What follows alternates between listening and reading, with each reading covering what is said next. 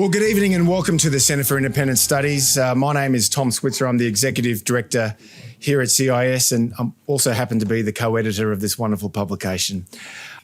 There are people whose memory fades with time, and there are others whose memory grows more important. And one such person was Owen Harries, a CIS senior fellow who died 2 years ago at the age of 90. Owen was not just a beautiful writer and stylist, he was also a profoundly sound thinker, steeped in both the liberal and conservative traditions of thought, who challenged the conventional wisdoms about Australia, America, and broad intellectual movements, which is why we at CIS have decided to publish a collection of what my colleague Sue Windybank and I believe are his best essays. Alas, the task of selecting about 40 of Owen's many hundreds of op-eds, essays and lectures during a near 6-decade span has proven very difficult.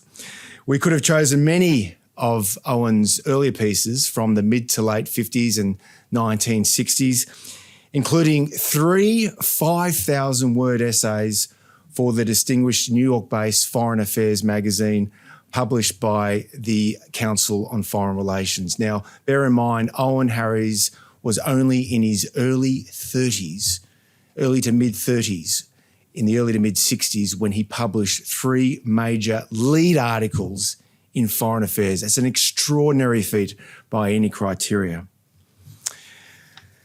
However, we decided to place more emphasis on the articles Owen wrote during the 1990s and the 2000s. This was the period that I came to know Owen very well. And this is because they amount to what we believe is a sobering and tragic read in light of contemporary international affairs. From the Ukraine crisis and China's unsettling rise to the toxic polarisation of US political discourse and Australia's uncertain place in the world. In our judgment, it was the first decade of the post-Cold War era, the 1990s, when Owen made his mark as a global intellectual force. Under his editorship from 1985 to 2001, the Washington-based National Interest magazine took up the question of the nature of the new post-Cold War era and the appropriate US foreign policy for it more quickly and in a more lively fashion than other media outlets.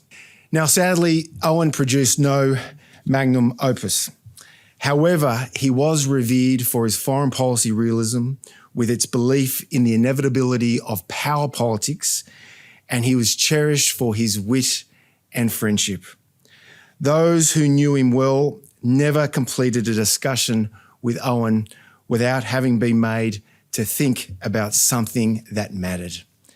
And I can vouch for that. Many times we're at the pub together on Friday afternoons.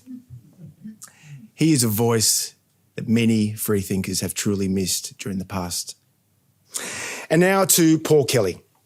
Paul, as I'm sure you all know, has been our nation's most distinguished and influential and prominent journalist, political journalist in this country for half a century. He's editor-at-large of the Australian newspaper, and he's been the author of many prominent books, including, most notably, The End of Certainty. Shortly after Owen passed away in mid-2000, Paul wrote an outstanding one-page obituary in the Australian newspaper. Paul had known Owen since their Canberra days in the 1970s, and so we are very grateful that Paul could be here to launch this book. And with that, please welcome Paul Kelly. Thanks so much, Tom. Distinguished guests, ladies and gentlemen, I'm delighted to be at the Centre for Independent Studies at the publication of this book, edited by Tom Switzer and Sue Windybank, with the introduction by Michael Easson. First, I want to underline how much so many of us miss Owen since his death 2 years ago, and also recognise the recent death of his wife, Dorothy. As someone who'd known Owen since the 1970s, enjoyed him as an intellectual companion and a personal friend, I found this book deeply revealing. I knew Owen pretty well.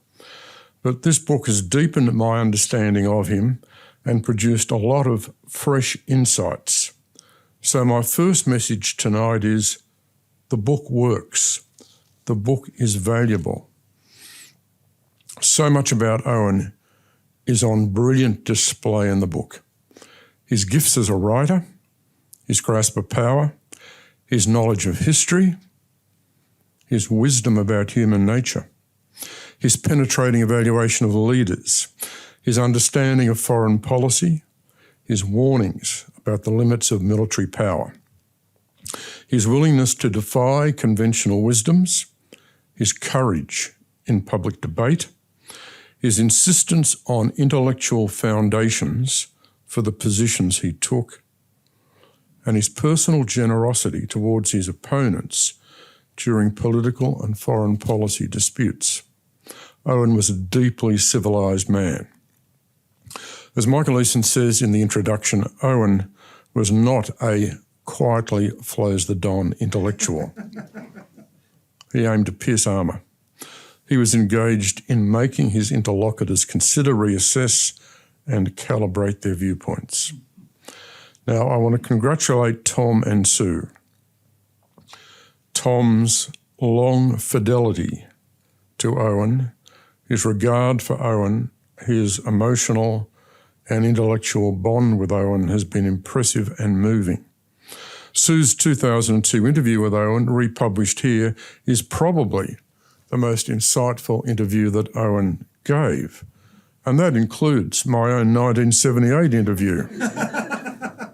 For a National Times profile of Owen, when I wrote, at an early stage of his career, at 47, Harries, like his minister Andrew Peacock, is a nifty dresser, a man intensely interested in style, cautious by temperament, anti-communist by ideology, a skilled debater. Harries has matured into one of the most impressive pillars of Australian conservatism, and that was 44 years ago. The book reveals Owen as a true conservative and as an authentic foreign policy realist, despite many phonies in both those categories. But that meant he tested, revised, and changed his foreign policy stances as the world changed, and that's a highlight of his career. One of the fascinating aspects of Owen that deserves a thesis in its own right is how the end of the Cold War became a break point in his thinking. His diagnosis of global affairs and his policy prescriptions changed very significantly. Owen's views during the Cold War are very different from his views after the Cold War. Both views based on firm intellectual arguments. But of course, looking at people who made that sort of transition, we could think about Paul Keating and Malcolm Fraser. Owen always had fresh eyes. He always shunned stereotypes and shibboleths. He wrote with clarity and wisdom for half a century. That's why the book is valuable. For me, it's filled with accessible wisdoms. So I want to just quote a few of them tonight. Owen thrived in warning about the false prophecies of intellectuals. And I quote, "In the 1940s, most of the leading intellectuals in Britain believed, as many do now, that capitalism was a failed system, one which had manifestly no future, to quote George Orwell's words on the subject. An up-and-coming historian, A.J.P. Taylor, agreed, declaring nobody in Europe believes in the American way of life. A leading man of letters, Cyril Connolly, expressed the prevailing mood more melodramatically. It is closing time in the Garden of the West." Owen remarked, "Splendid words, but what actually followed these declarations was not collapse and despair, but the most successful era in the history of capitalism." Owen was deeply read and applied his reading in a fruitful manner. Here he quotes his friend Sam Huntington on conservatism. Conservatism offers no vision of an ideal society. There is no conservative utopia. Conservatism is concerned not with content, but with process. Owen said conservatives believed in the slow, organic growth of political institutions. He said the idea that democratic institutions and ways of thought can be transplanted to societies that have no tradition of them is profoundly unconservative. Indeed, it's radical. Owen took Edmund Burke's warning when Britain was at its strongest, applied it to America, and sought to warn the United States against its arrogant overreach in the 1990s and into the 2000s. Burke had said of Britain, "I dread our own power and our own ambition. We may say that we shall not abuse this astonishing and hitherto unheard of power, but every nation will think we shall abuse it. Sooner or later, this state of things must produce a combination against us which may end in our ruin." Owen's warnings failed to persuade the George W. Bush administration that invaded Iraq and sought to implant democracy. The ruin was extensive.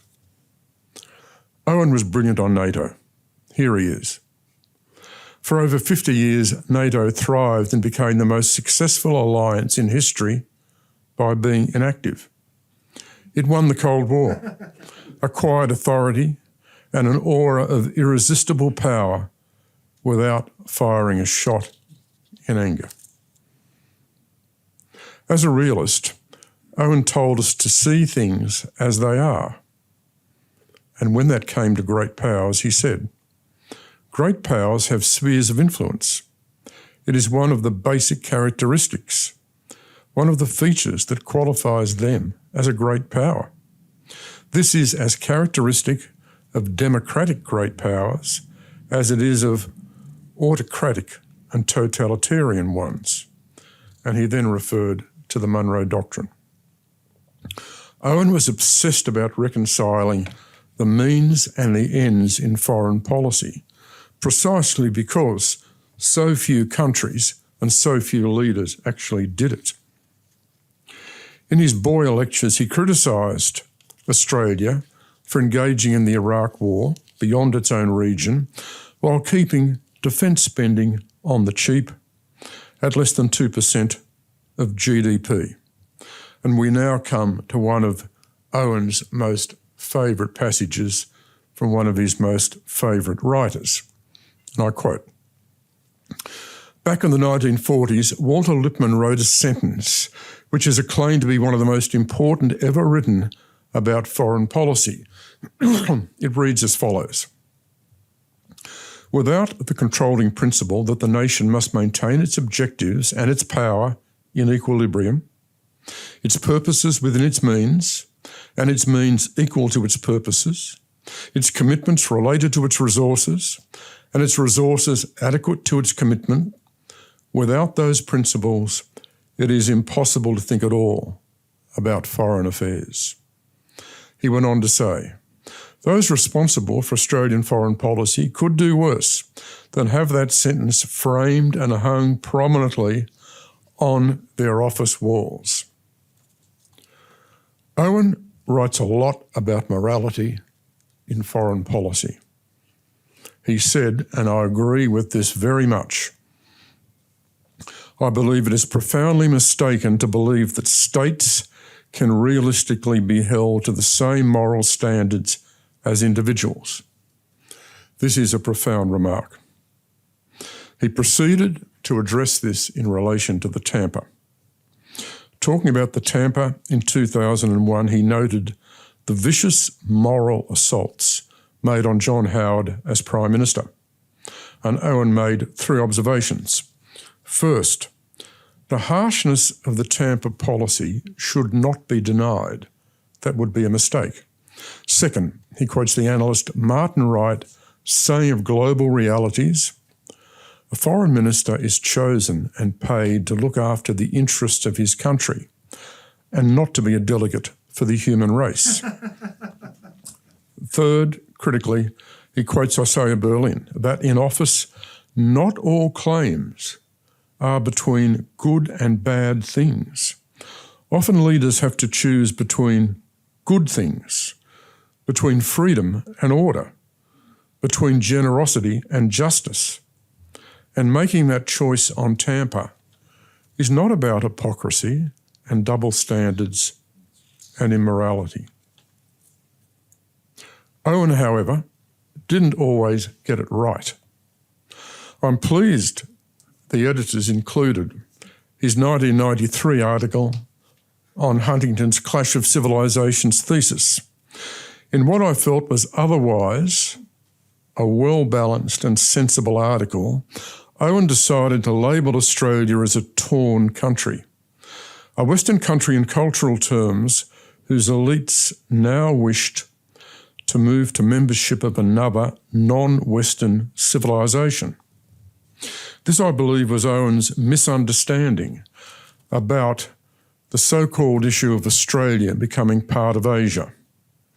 I think he confused political self-interest with cultural identity. The editors quote Owen saying of this article that it elicited the most violent response of anything he ever published.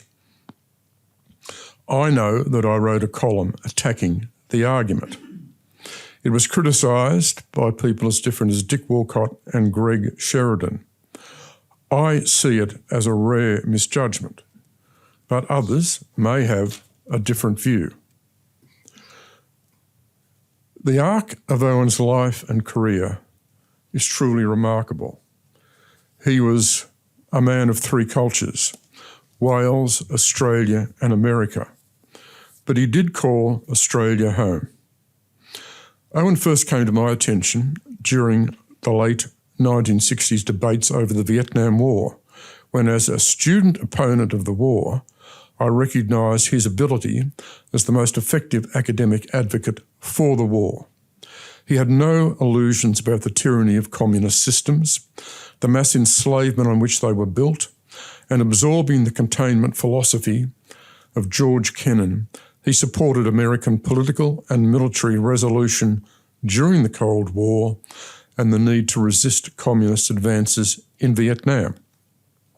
Owen's approach to international politics was seated in the Hobbesian view that whenever no other card is agreed upon, clubs are trumps. Harries saw right through the left to its fatal flaw. It wanted to be anti-totalitarian without being anti-communist. A major mistake. Owen would not tolerate such moral and intellectual weakness. He saw the Cold War in its true moral and power dimensions, unlike so many of his colleagues. I would have liked this collection to have seen and included more of Owen's writings from the 1970s when he supported the Vietnam War. I recognise that not everything Owen wrote could have been included, but I do regret that omission. Owen, as the book makes clear, saw Sir Robert Menzies as a foreign policy realist. By contrast, he told me in the 1970s it was hard to take Gough Whitlam seriously. He was interested in image, not power. The years Owen spent conceptualising and writing foreign policy for Andrew Peacock and Malcolm Fraser were highly beneficial for him. He saw policy making at first hand. He was living and working with the practitioners. Afterwards, Owen had no wish to return to university. He finished up in Washington editing The National Interest and became one of the most influential Australians in the capital, where his skills as an editor, as a writer and as a networker reached a zenith. Now, in conclusion, I want to select 4 important and perhaps contentious positions that Owen took are positions that are documented in the book. I mean, he took many positions. I'm just being selective here and identifying 4 that I think are interesting and relevant to the present day. First, he vehemently opposed the expansion of NATO under President Clinton, attacking the eastern expansion of NATO, and said it, quote, will represent an unprecedented projection of American power into a sensitive region hitherto beyond its reach. It will constitute a veritable geopolitical revolution. This was strong language even for Owen. George Kennan wrote to him a handwritten letter of support expressing Kennan's strong approval. I think we can be sure that George Kennan was not in the habit of regularly writing such letters. Second, Owen broke decisively from many of his friends in the neoconservative movement. He expressed concern that after the end of the Cold War, that instead of acting in a prudent and restrained manner, America was searching for new enemies. It found them in the 9/11 attack, and Owen became a strong opponent of the United States response, of the Iraq War and the crusade to expand democracy. He came into conflict with both the Bush administration and the Howard government. Yet, I believe it's true to say that he maintained the friendships of many people he had during this period who were on the opposing side to him. I'll quote what he says of this period. What gave the Iraq venture its significance was that it was not meant to be singular and discrete. Rather, it represented the first application by the United States of an incredibly ambitious foreign policy doctrine. This was the Bush Doctrine, formally proclaimed in the presidential National Security Strategy of September 2002.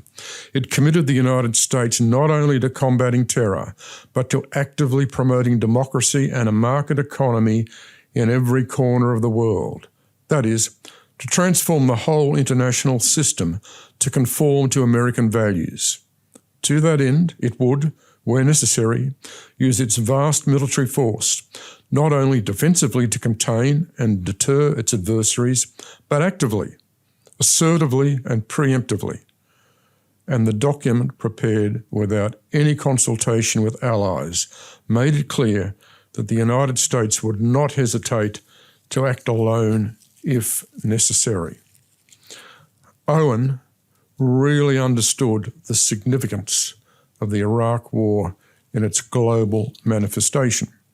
Talking about preventative wars, he said, if they are engaged in, they need to be short, quick, and not very costly in blood and treasure. The Iraq War, of course, was the opposite. Owen's views on United States policy post 9/11 are marked, I believe, by superior political and moral judgment. The third strategic conclusion I want to highlight is Owen's complaint that of Australia after the Cold War, it has been too loyal to a fault in its fidelity to the United States. Writing in 2006, he said Australia should beware how much America was changing as a power. Indeed, addressing this, he said, and I quote, "From now on, given the change, Australia will need to regard alliances not as a test of character, Australia will be there, or as a union of souls, the Anglosphere, but as pragmatic devices to be adjusted to changing conditions. Yes, Australia will stay on the American bandwagon, but instead of leading the cheer squad, it will need to cultivate some of the skills of the helpful passenger." These include the encouraging of careful steering, some timely map reading, a judicious use of the brakes, and not least, better road manners. I think it's fair to say this advice hasn't been taken up by either Liberal or Labor governments. It does stand, however, as an important alternative approach. And finally, we come to China. Here Owen is writing of the period before President Xi Jinping. A famous article in 1997, Owen said that Americans were suffering from an enemy deprivation syndrome. They'd settled on China as the new enemy. He warned against this in a cogent, systematic analysis that was welcomed by Henry Kissinger, who wrote to Owen saying, and I quote, "I can't remember when I read an article in which I agreed with every word. I will plagiarise it liberally." Taking up the same theme, Owen had a message for Australia written in 2006, and I quote, "None of this means that Australia is faced with a hard, stark choice between the United States and China, not at least unless one or the other of them insists that such a choice be made. But it does mean that Australia must learn to play a more demanding diplomatic game than ever before, one that will on occasion involve the difficult feat of riding two horses simultaneously. And instead of the sturdy, straightforward virtues of dependability and unconditional loyalty that have served it well until recently, Australia will need to acquire and cultivate a range of new skills: discrimination, agility, qualified commitment, and ambiguity." In their 2002 interview, Sue Windybank asked Owen about Taiwan. He urged caution on America. Then, when asked what Australia should do, Owen said, "My answer to that is keep well clear of it all." When Sue pressed him on whether that would mean a rupture in the alliance, Owen replied, "It shouldn't. It wouldn't. We should calmly look them in the eye and say, 'This is your East Timor. Good luck, chaps,' with solidly clapping from the sidelines. And it would make good sense. Australia is much too small militarily to get involved in such a game." Well, what would Owen think today? We don't know what he'd think today. He's not here. But today's complexities remind us of how much we miss him, his judgment, his wisdom. I miss him very much. He wasn't just a brilliant analyst, he was a great companion. I loved having lunch and dinner with him every time I went to Washington. On one occasion, we were at a seminar at the ANU, a very serious seminar. Owen, sitting next to me, leaned over and said, "By the way, Paul, how good a footballer was Wally Lewis?" I briefed him over dinner that night when we were having a beer. Tom, Sue, and Michael, we are in your debt for this book. With fond memories of Owen, it is my privilege to launch Prudence and Power, the Writings of Owen Harries, edited by Tom Switzer and Sue Windybank. Thank you. I just want to start by getting some thoughts from both Michael and Sue before we deal with the 4 points that Paul mentions, because those 4 points are very relevant to public affairs today. Michael, your thoughts on Paul's remarks and just your view of Owen, how you got to know him and what Owen meant to you. Well, a number of thanks have been given today. Can I thank the careers advisor who came out to my school, who recommended the University of New South Wales as the only place to go to. And therefore, I went there and I met Owen. And I remember not knowing much about him, but in 19 1974, I heard about him and I did 2 courses with him in 75. And I remember writing an article about Jim Cairns and foreign policy and trying to get into the mind of Cairns, which I clearly failed to do. And Owen was devastating in critiquing the argument, but did so in a very sympathetic and thoughtful and encouraging way. He got me to think.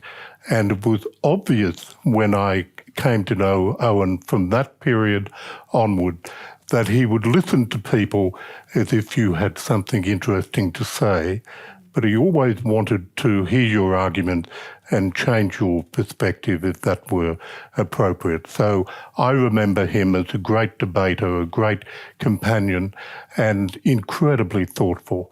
And before coming here, I looked up what Doug McCallum said, who was a former professor at the University of New South Wales, who plucked Owen from obscurity to work at the University of New South Wales. And he wrote in some memoir jot points, Owen Harries, one of the sharpest, most original and live-wire intellectuals one could encounter.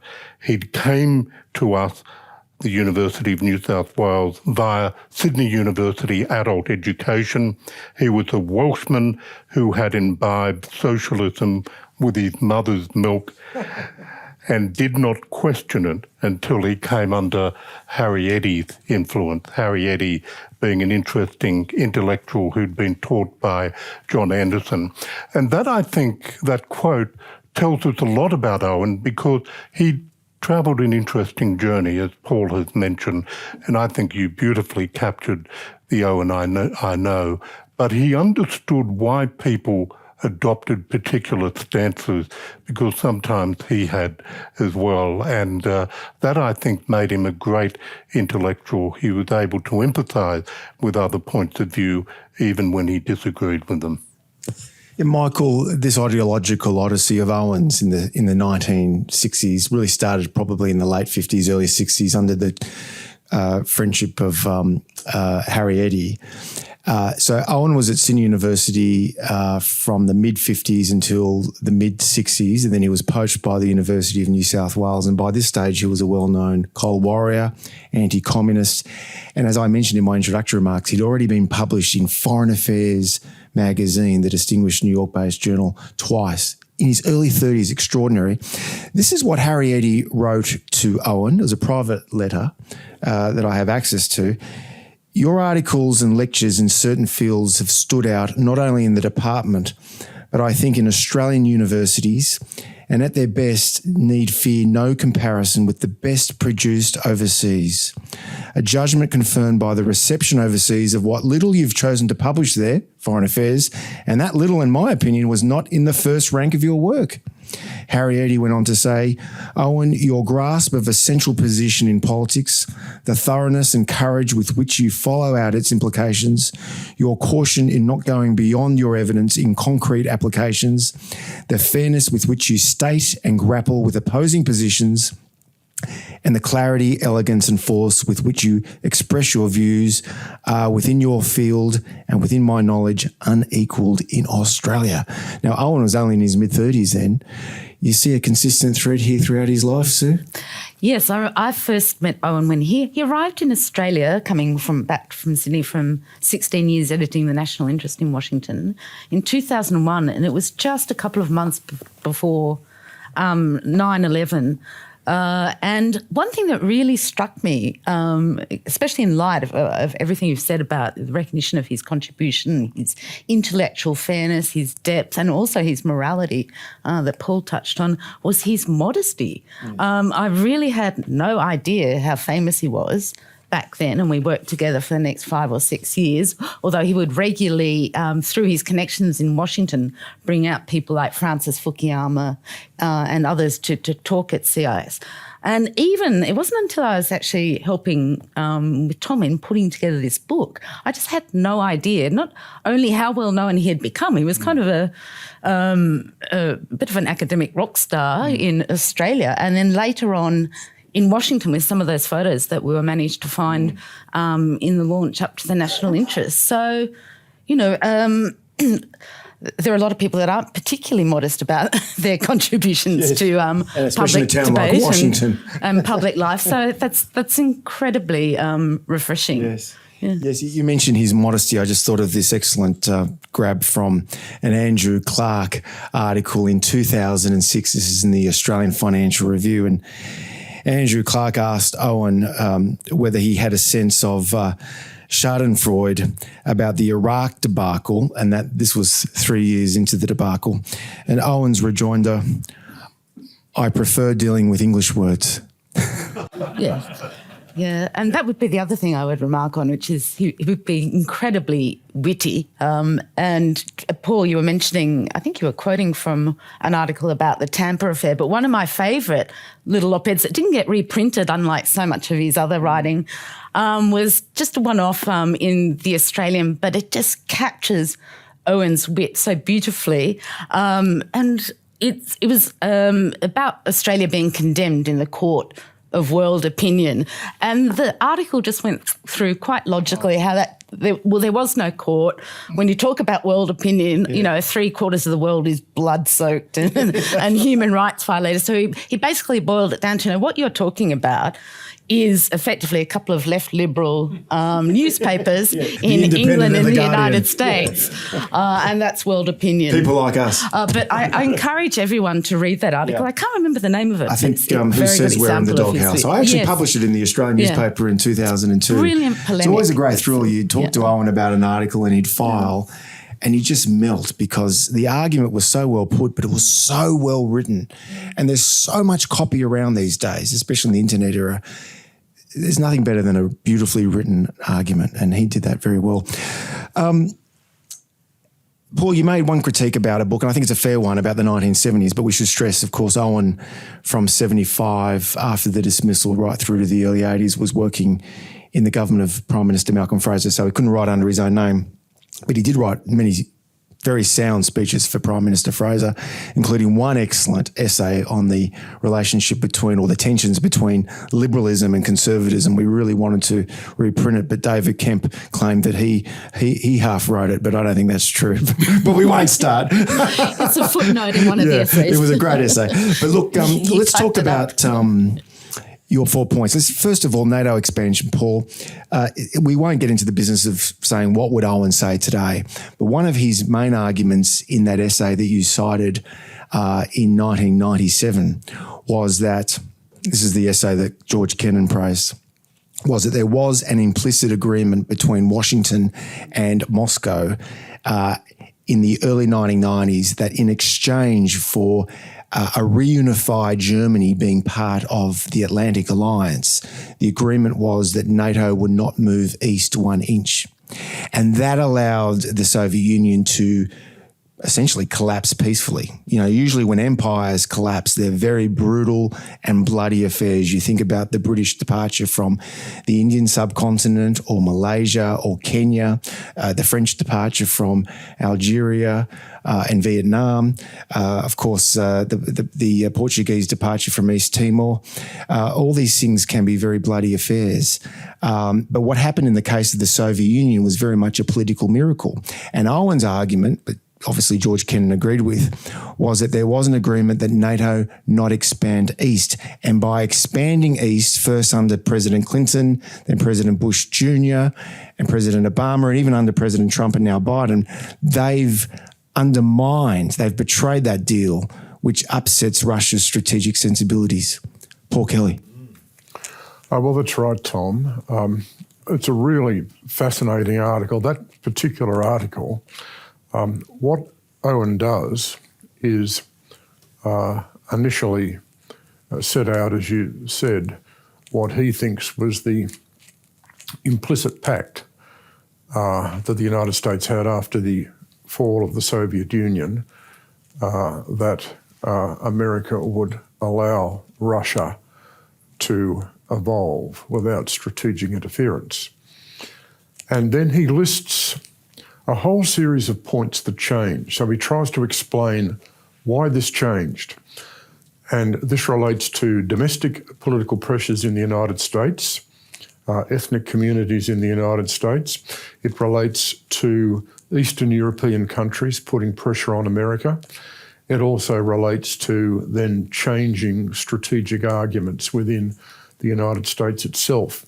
But I think one of the interesting things about this article is how firm Owen is. I mean, the language he uses is, for him, pretty strong language. So he was very, very fixated on this and very persuaded of the view that this was a really serious strategic mistake by America, and he believed that it would have long-run consequences. So what did you make of the argument that great powers, whether they're democratic or autocratic, have spheres of influence? Because this argument was very much going against the ethos of the post-communist era, the idea that we had a new world order, that all countries are entitled to national self-determination. And Ukraine, for example, had absolutely every right to determine its own destiny. But the Owen Harries realist argument, which I suppose today would be represented by the likes of Professor John Mearsheimer, past guest here, goes against that liberal ethos, doesn't it? Yeah, I think he would make 2 points. I think a really strong point that he made in that article on NATO expansion was to pick out a really fundamental and serious weakness of realism, and particularly structural realism, as represented by people like John Mearsheimer, in that they really downplay the importance of domestic politics and they downplay the importance of ideas and ideology. And when it came to arguments for NATO expansion, some of the United States' most foremost realists were advocating that, be it Kissinger or whoever, basically making the argument that Russia is Russia is Russia is Russia, that it is incorrigibly and inherently and forever to be an expansionist and imperial power. And Owen was saying, well, no, leadership matters, and does it make any difference whatsoever that, Russia under Putin or a Yeltsin as opposed to a Stalin? Obviously leadership counts, and as does the ideology. And I think on the point about spheres of influence, I thought he made a really good observation that I think why a lot of people object to that argument, as 19th century thinking or whatever, Metternich, Bismarck, all that, is partly because under the Soviet Union they really abused that concept, and what was a Soviet sphere of influence became a zone of total domination, with puppet regimes and et cetera, and intolerable ideology. Whereas Owen's sphere of influence was decidedly more flexible concept. I do think one of the interesting points here, if you read Kennan, there are a couple of themes which come through Kennan all the time. Kennan spends most of his life until he retires outside the United States. So he loathes the idea of politicians making foreign policy in response to domestic opinion. He hates it. He hates the Congress getting involved. He debunks the Congress all the time. So he wants foreign policy to be devised simply by the executive government according to realistic principles. But of course, that is not a real view of how democracies function. Michael, in the mid-90s, and I was so lucky to be living in Washington for several years in the mid-1990s when the Americans were having this great debate about NATO expansion. Owen wasn't alone. There was George Kennan, as Paul mentioned, Robert Conquest, Thomas Friedman from the New York Times, still writing for the New York Times, Michael Mandelbaum, several other prominent Republicans from the Nixon and Reagan era. They were opposed to it, but one of the main arguments for NATO expansion is that the former captive nations, like the Czech Republic, like Hungary, like Poland, were crying out for these security guarantees. And they still strongly believe in this, especially given a resurgent Russia. What was your view in the mid to late 1990s? Probably to expand NATO, to be honest. Coming from an anti-communist Labor background, that was almost an instinctive view. But I found it interesting that Daniel Patrick Moynihan read into the congressional record. A prominent Democrat senator. A very interesting liberal Democratic senator. He quoted or read into the congressional record the articles that Owen Harries George F. Kennan and Tom Friedman wrote about the dangers of the expansion of NATO. And he was a very formidable, interesting intellectual who you might otherwise have assumed would have been a neoconservative. But he sounded the alarm about all of this. But if I had been around, I was around at the time and I was thinking this was quite good. But when I came across what Owen wrote about this, I thought, wow, that is a perspective I hadn't deeply thought about. It's indicative of the originality and the pivoting of Owen's thinking as he responded to the time and considered what the consequences might be. Second point, Sue, Paul's point about Owen's break with the neoconservatives throughout the 1990s. We published an essay in the Australian that I published in 2006 where he talks about how someone with a very long memory really admired him for supporting the Vietnam War, but they were very skeptical of him because he opposed the Iraq War. And the critic was saying, what has happened to you, Owen Harries? You've gone soft. Have you become a left-winger? And he responds to it. I think this is one of his consistent themes throughout the book, and I think his response was something like 2 words from memory, different circumstances. And basically Owen changed his views as the world changed, as Paul, made very clear in his opening remarks. And if you read the book from cover to cover, this point comes up continuously, made in different ways, but he's very against the idea of doctrines. I think that's the other thing which Americans are very enamoured with, because they lead to a kind of insistence that general principles and rules of conduct must be applied in all cases, no matter what the circumstance. Otherwise, you're being hypocritical or double standards. And Owen argued very strongly against that, saying that foreign policy should be discriminating and selective, and that consistency is not necessarily a virtue.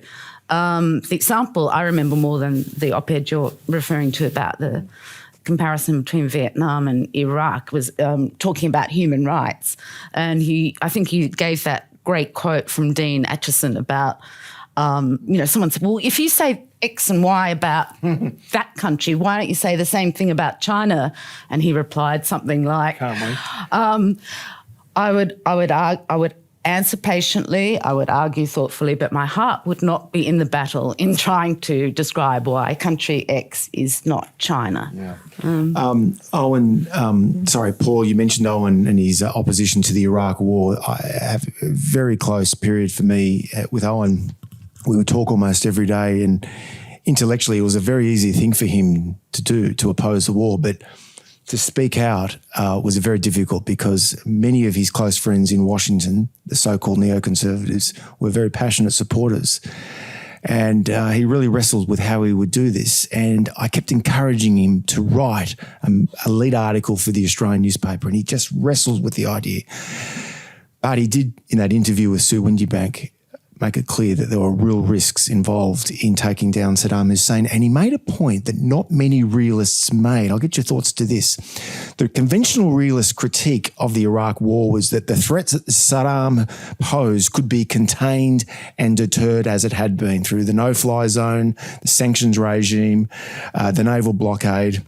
And if you let this snake out of the box, a snake with WMD, assuming that he had them, would be more likely to use them. So it's best to contain him. Owen's argument was also that if you bring down a minority Sunni regime, a part of the world that the Sunnis had dominated since the Ottoman Empire, you're going to unleash all these sectarian rivals, especially the majority Shia, who will be the top dogs for the first time against the minority Sunnis. And then, of course, there are the Kurds. And the idea you can somehow export democracy to an artificial state, an ethnically and tribally divided society, beggared belief. And he made that point to you, Sue. Paul. Well, I think he was very prescient on these various arguments. The argument about deterrence, the argument about the consequences of intervention and deposing Saddam Hussein, arguing that the consequences would be severe in Iraq but would not be limited just to Iraq. And then, of course, his very powerful argument against the entire George W. Bush global strategy of exporting democracy, which he just regarded as the height of folly and a very unconservative, radical and unsustainable position. I think I admire the way that he took this stand and I think maintained, as far as I know, friendships with most of the people he knew who took the opposite position. And this goes to Owen's great skill to be able to make an argument but not personalise the difference. It's amazing the extent to which people lack that skill today. A lot of differences today become personalised very quickly. And if we look at Owen, we learn that you simply make the argument on merit. You don't personalise it. I guess the other point I'd make is, which is not developed a great deal, is what were the consequences for Australia? And there's no doubt that the Australian situation was different. Howard took a calculated decision that we would give limited support to the United States, that we would minimise our military involvement, that we would minimise the casualties, and we would seek to maximise the strategic advantages by deepening the alliance with the United States. And that's what happened. So under this period of Bush and Howard, we saw very significant changes in the Australian-American alliance, and that's what Howard sought to purchase as a result of the Iraq commitment. And I think if we're looking at the Australian role, then at some point you need to address that issue as well. Michael, what did you think about all this? I was thinking that one reason we have Hamas in Gaza is because of the quest of democracy, and Condi Rice insisting with the Israelis, you need to have elections on the West Bank and democracy will flourish. Hamas won a majority of the vote and they completely captured Gaza.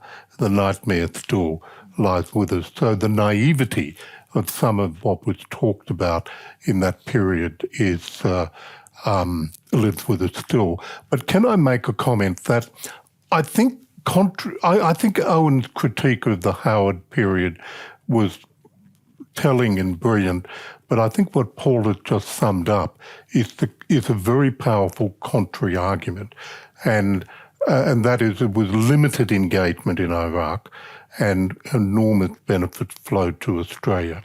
When I wrote an obituary to Owen that was published in the Sydney Morning Herald, the first person who rang me up to thank me was John Howard, who remembered Owen from all of those Vietnam days. And that is indicative, even though Owen was very critical in many articles on John Howard, that John still had this enormous regard for Owen. Yes, and just an FYI, John Howard in his memoirs, Lazarus Rising, actually says when he's reflecting on his time in the late 1960s as an undergraduate student supporting the Vietnam War, he said what Paul said. Owen was the most effective advocate for the war, and it was an honour to be on the stage with him. And it is interesting because the most prominent opponents of the war would have been Labor frontbenchers Tom Uren and Jim Cairns and Clyde Cameron. And Owen told me this story in around 2000 when he visited Australia while he was in Washington, and he said he was at the the traffic lights waiting to cross the street, and by this stage I think Jim Cairns had lost his marbles and he was just not in a nursing home, and he saw Tom Uren, and Tom Uren said to Owen, "You know, Owen, you were the only hawk that Jim Cairns really respected." Isn't that interesting? And I think it's fair to say that a lot of the neocons in America would have said the same thing, that probably Owen was the only realist they respect it. Very true. And it's indicative of that point that Paul made, that he could reach across and get to know people. I know I still remember the shock on his face when I had all of these pro-Whitlam badges at the end of 1975. 75, yeah, in December, when he was surprised that I was that interested. Well, Owen was a well-known Conservative, but on the eve of the 1972 election, during an exchange with Gough Whitlam in the makeup room at Channel 9, Owen said that the Liberals under Bill McMahon were a joke. They were so bad that he, Owen, would vote for Labor, to which Whitlam replied, "Well, Owen, if I've got your vote, I know I'll win." In a deep, booming voice. Yes. Let's conclude things with this big question about Australia and China. Of course, so you mentioned circumstances have changed. Owen didn't write really about China, well, certainly not in detail, since probably that essay that Owen quoted in 2006, which was actually co-written with me. But one of the last things that Owen did say to me at the pub at the Oaks, and it was just after, I just want to say the last things he said. It was last things he said to me about China policy. He didn't talk too much about China policy towards the end because he wasn't following things very closely. But it was on a Friday afternoon after the Hague made their international legal finding against China in the South China Sea. They took the Philippines side.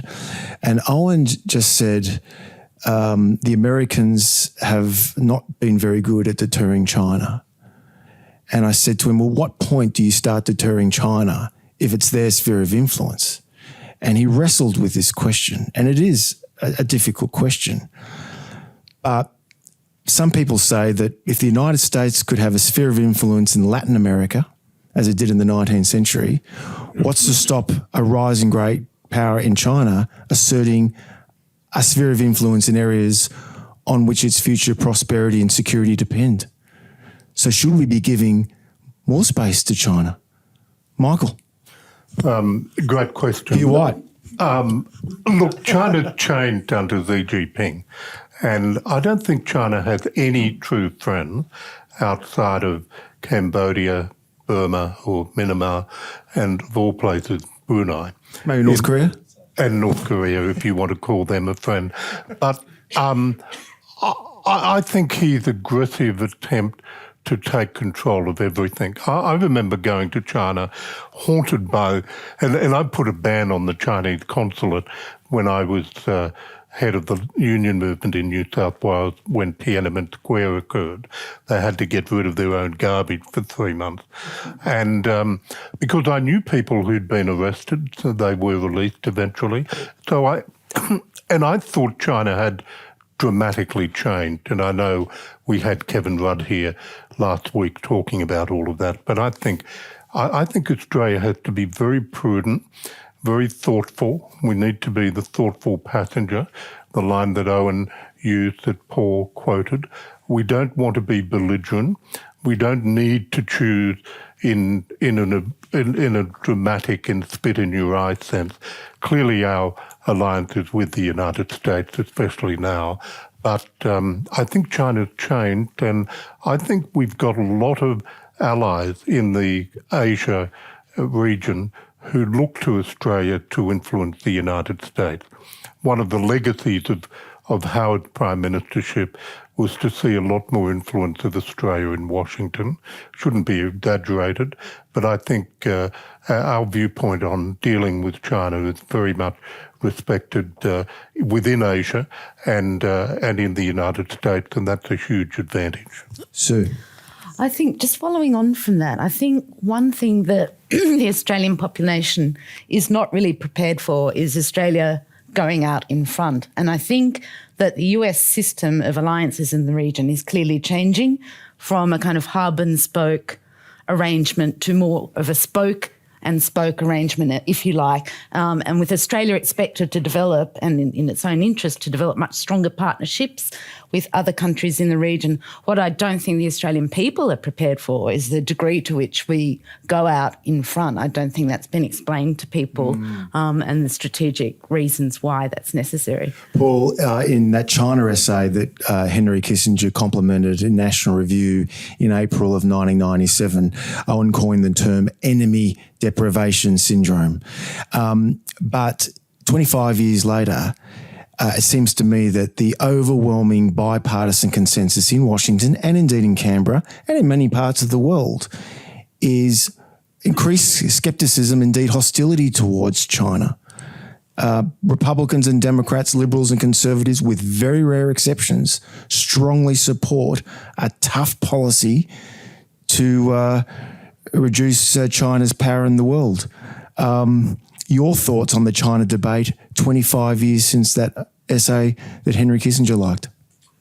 Well, I think China's changed. I mean, that's the conventional view, and I think the conventional view is correct. And I think that if China became the regional hegemon in this part of the world, then that would have unfortunate and dangerous consequences for Australia, as it would for other countries in the region. Given China's power and given the nature of the government in China, clearly it's in Australia's national interests, and it's in the interests of maximising our sovereignty to try to ensure that China does not become the untramelled regional hegemon. So therefore, what we need to do is work constructively in terms of seeking an effective balance of power in the region. And I think this is broadly what we're attempting to do at the moment. Now, you can agree or disagree with various things that the Liberal government has done or that the Labor government might do, but essentially they've got that same strategy, working with the United States, working with countries such as Japan and India, and then deepening our ties with the ASEANs in order to try and ensure that there's some sort of effective balance of power in the region. And if that eventuates, then that's probably one of the best strategic outcomes to avoid military conflict. I just want to conclude with a few quotes just to wrap things up. But before I do that, I want to make it very clear that CIS speaks above and beyond that toxic polarisation that all too often characterises public discourse. And so I thought I'd just finish with a few quotes that I really like from intellectuals who don't agree with each other, and some of them even disagree with Owen. But these are some of the quotes they said about Owen shortly after he died 2 years ago. This is Kishore Mahbubani. Owen was a remarkable person who launched my publishing career by publishing my essay, The West and the Rest. It was he who chose the title. Kishore's sparring partner, John Mearsheimer, and both of them are past guests at CIS.